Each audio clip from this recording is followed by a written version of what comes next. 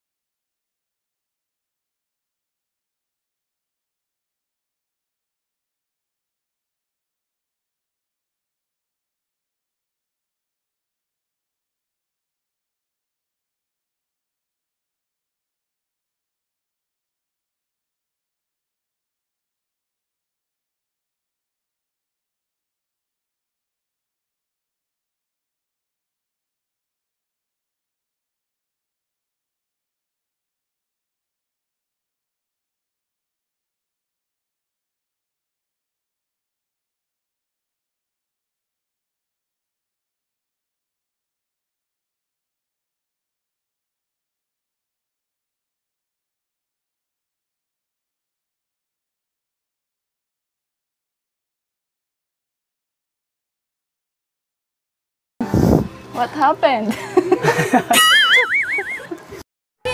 Grabe at kitang-kita nga kay Ate Marjo na habang kinakantahan siya ni Kalingap Tata ay grabe at kinikilig din ito. Sabi naman ni Kalingap Tata ay kinakabahan daw talaga siya at di niya maintindihan ang kanyang nararamdaman nang nakita niya muli si Ate Marjo, kaya daw parang medyo kinakabahan siya sa kanyang pagkanta habang si Ate Marjo naman ay chill-chill lang.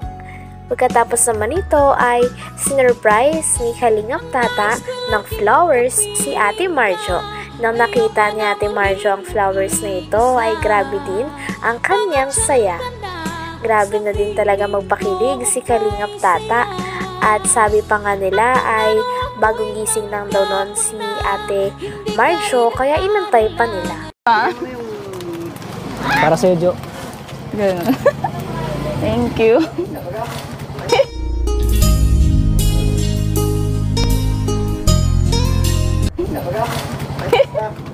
Ay, grabe. Kumusta ka na, Jo? Okay lang ah. Kagigising lang. Minsan na sa kanta ko, medyo kinabahan ako. Nakita kita eh. Grabe yung kaba ng puso ko eh. Ganun? Kanina hindi pa ako kinabahan. Nung nakita na kita, grabe yung kaba ko. Oh? Baka di pa kayo kumain. Bakit mo nahulaan? Ha? Di pa nga kami kumakain eh. Sa kahintay sa'yo. Ang tagal kaya pa Sa ako dalawang tulog oras kami eh. naghintay sa'yo eh. Sabi ng mama mo yan kanina. Oh. Kasi natutulog ka pa daw. Oo nga. Natutulog talaga. Pasensya na sa pang-istorbo namin sa'yo. Nagustuhan mo ba yung kanta ko kahit kinabahan ako? Oo naman. Ngumiti naman ako. Wow, grabe. Grabe at first vlog pa lang ay talagang may pabanat na si Kalingap Tata na talaga namang nagpakilig kay Ate Marjo, lalo na sa mga manonood. Nakita niya kasi na hawak-hawak ni Ate Marjo ang kanyang aso, kaya tinanong niya ito. Sabi niya, "Marjo, aso mo ba yan?" Sabi naman ni Ate Marjo, "Oo, bakit? Gusto mo na rin ba maging aso?" Sabi naman ni Kalingap Tata ay oo, para maalagaan niya din si Kalingap Tata. Nang narinig naman ito ni Ate Marjo ay grabe ang tawa niya at kinilig din talaga si Kalingap Tata. Talagang umpisa pa lang ay kinikilig na rin ang mga manonood dahil ito ang kanilang pinakahinihintay ilang araw na. Pagkatapos naman nun ay hiniling naman ni Kalingap Tata na baka kung pwede nang lumabas si Ate Marjo sa kanilang bahay nang sa ganon ay mas maging maayos ang pag-uusap nila. Hulaan. Ha? Di pa nga kami kumakain eh. Alam ko ako lang kinakabahan. Pati ikaw din pala. Kinakabahan din siya pero nakita sa kanya mata. Oo. Hindi siya dating yung kinausap natin dati na ano, yung chill-chill lang. Yung parang ano na eh. Ayun, kinakabahan. Parang may kahalong ka ba? Aba. Hindi ko alam eh. Hindi pa talaga ako ano ko lang eh. Kumain ka na? Ha? Baka hindi ka rin kumain. Hindi ka Kumain ba ako? Ha? Oo, kumain ako. Nakalimutan. Kinantahan ka lang yung tata, nakalimutan mo. Oo. Aso mo yan? Grabe, ang cute ng aso mo ah. Oo, gusto mo? Ano pangalan ng aso mo? Kimi. Ha? Kimi. Kimi? Gusto mo maging aso? Oo. Para malagaan mo ako.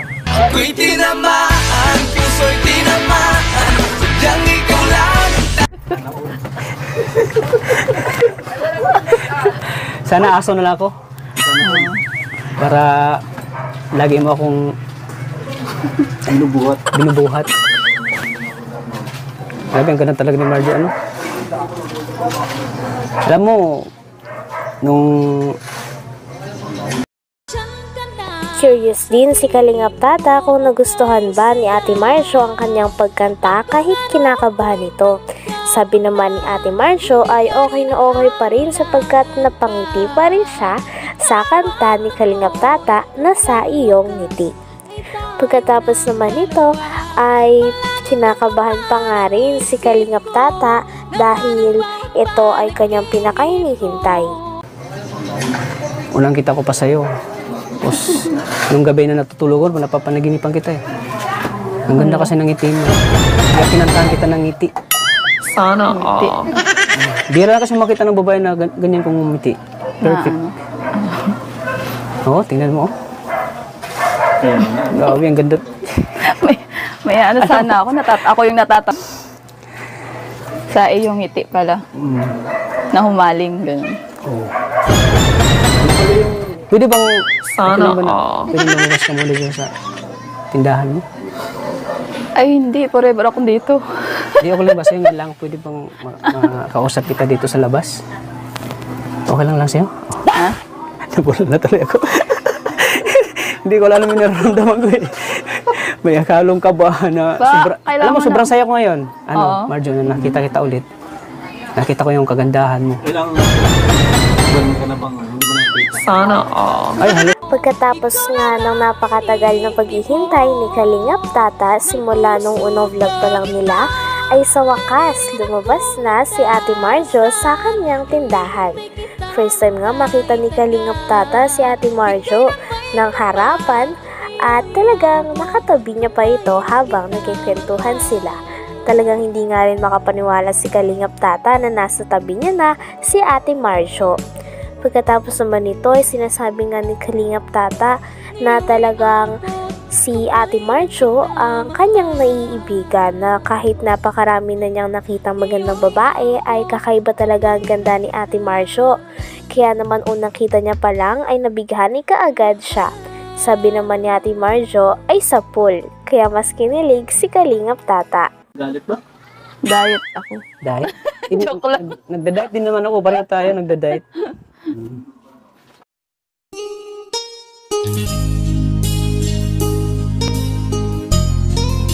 Grabe. Kanina pa talaga kayo? Oo. Kanina pa kami. Oo. Okay lang ba sa'yo na ano? Na? Makausap kita sa ulit. Paktong na. Sana Pwede all. ko po. Okay lang sa'yo? Oo. Ang ganda talaga ng mga kalingap mo. Abutit na kapag hintay na. Parang hindi na ako makapagsalita eh. Nandito lang ako sa tabi ko. Oo, hanggang mamaya, tulala ka na naman. Sabi daw. Si Kuya. Alam mo, sino sabi na tulad ako? Kuya, ano? Bakit Sino alam yun? nila? Rock. Starax. Ayun.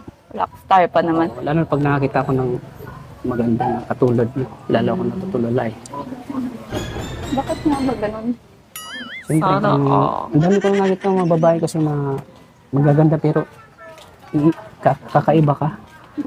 Ito yung nakita ko yung babae na una ko palang kita talaga tinatamaan ako eh. Sa pool. Sa pool. Ako'y tinamaan, puso'y tinamaan, sadyang ikaw lang.